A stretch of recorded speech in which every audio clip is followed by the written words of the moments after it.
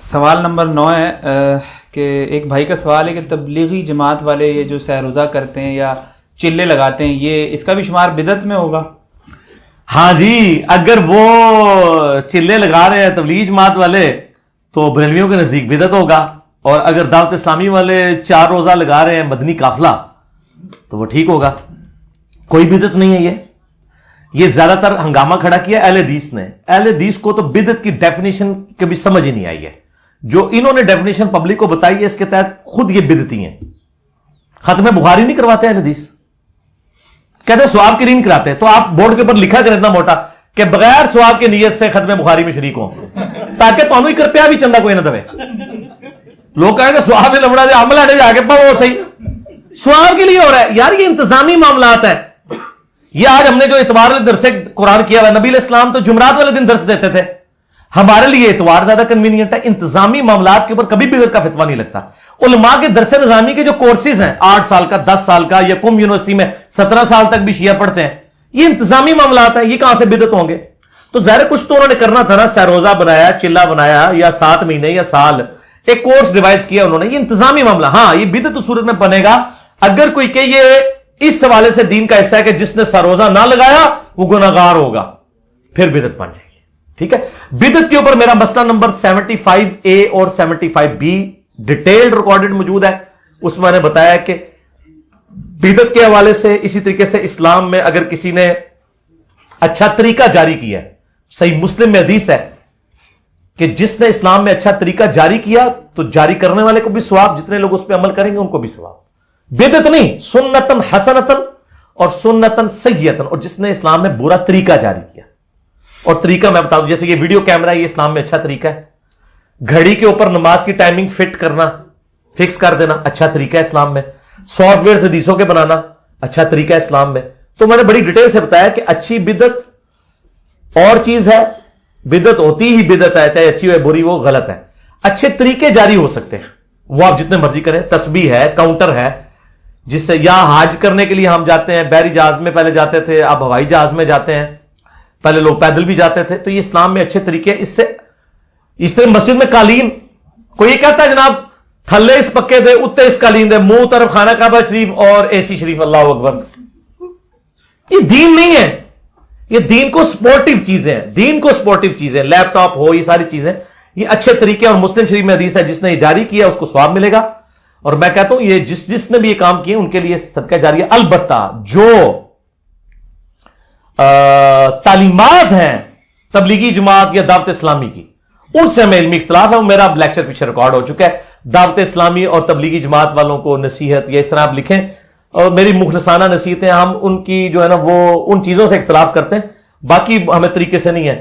وہ پہلے بریلوی کہا کرتے تھے جناب، آپ کو پتا ہے بڑا مشہور ایک شعر تھا کہ جی آتچ لوٹا گلیچ استرا ستھڑ چھوٹی گردن موٹی، ہے سنو جی، ستھڑ چھوٹی یعنی شلوار چھوٹی یعنی تہمت چھوٹی، گردن موٹی، گلیچ توا، ٹھیک ہے جی، تے سر تے استرا تے چک بسترا،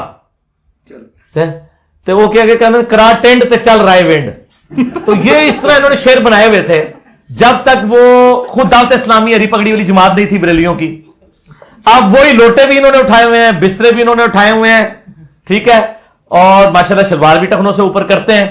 تو یہ سنتیں تھی جس کا مذاق انہوں نے اڑایا، اور آج ان کو بھگتنا پڑ رہا ہے، اب سب کچھ کر رہے ہیں۔ تو جو چیز مطلب آپ اس طریقے سے غلط طریقے سے لوگوں کے اوپر نہ فتویٰ بازی کریں، ادروائز مصیبت کھڑی ہو جائے گی۔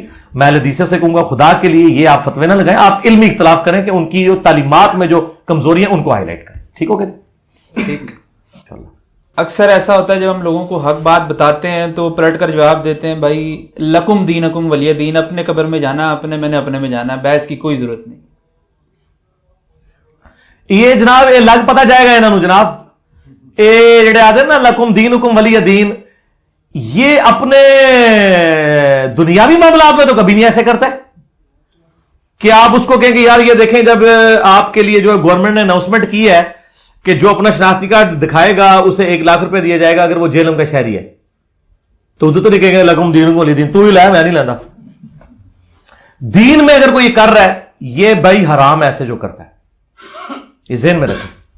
قرآن حکیم میں اللہ تعالیٰ نے سورہ جو السجدہ ہے نا جی، پارہ نمبر 21 کے اندر سورہ السجدہ، اسے سورہ الف لام میم السجدہ کہتے ہیں. اس کی آخری آیت یہی ہے، اور میں نے یہ آیت آخری نصیحت کے طور پر سرچ پیپر نمبر 4 امام الانبیاء کی دعوت قرآن صلی اللہ علیہ وآلہ وسلم پہ بھی ڈالی ہے.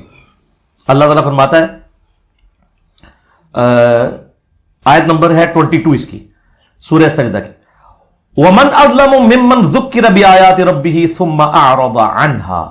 اس سے بڑھ کر ظالم کون ہے جس سے نصیحت کی جائے اللہ کی آیات سنا کے کہ اللہ سے ڈر، بھئی نماز پڑھ، ماں باپ کے ساتھ اس نے سلوک کر، اللہ نے اس حرام کیا ہے، یہ برے کام جو تو کر رہا ہے چھوڑ دے.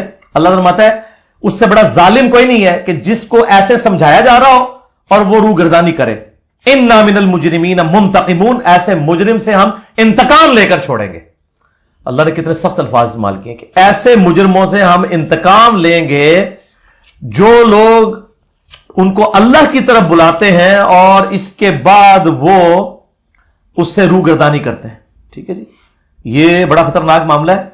اور ایک اور آیت بڑی سخت ہے، سورۃ المؤمن، سورہ غافر کی آیت نمبر 10 ہے، ان الذین کفروا ینادون لمقت اللہ اکبر من مقتکم. جن لوگوں نے دنیا میں اللہ کا انکار کیا، یعنی جن کو اللہ کی طرف بلایا جاتا تھا اور وہ روح گردانی کرتے تھے، اللہ تعالیٰ فرماتا ہے کہ اللہ تعالیٰ ان کو قیامت الدین خطاب کر کے کہے گا، ان الذین کفروا ینادون لمقت اللہ اکبر من مقتکم انفسکم اذ تدعون الی الایمان فتکفرون.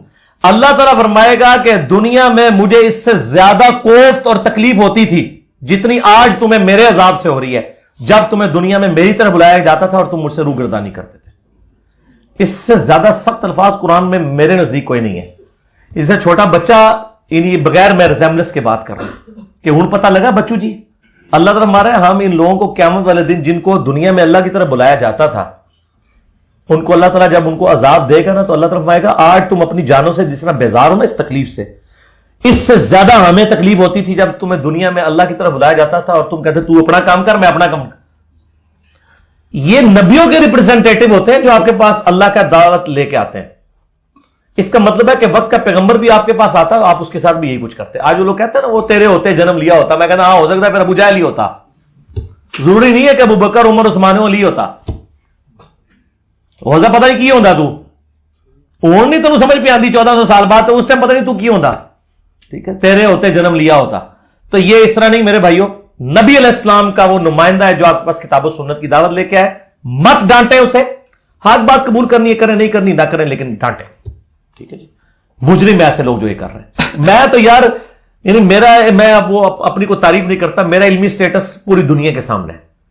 تبلیغی جماعت کے بوڑھے بوڑھے لوگ جو بےچارے صحیح طریقے سے بات بھی نہیں کر سکتے، مجھے کئی بار بٹھا لیتے ہیں مسجد میں بیٹھ کے سنتا رہتا ہوں ان کی بات. حالانکہ مجھے پتا ہے قرآن کی ایک آیت کا وہ ترجمہ نہیں کر سکتے، لیکن بےچارے اخلاص کے ساتھ نکلے ہوئے ہیں، اللہ کے لیے آئے ہیں. جو بات کر رہے ہیں آپ بات ان کی سنیں. کیوں لڑائی جھگڑا کرتے ہیں؟ کیوں ان کے بسترے اٹھا کے باہر پھینکتے ہیں؟ اللہ کے لیے نکلے یار، آپ سے کچھ مانگ نہیں رہے، اپنی جیب سے خرچ کیا ہے. ٹھیک ہے نا، کسی بھی جماعت کے لوگ ہیں تو ان کا ریگارڈ کریں.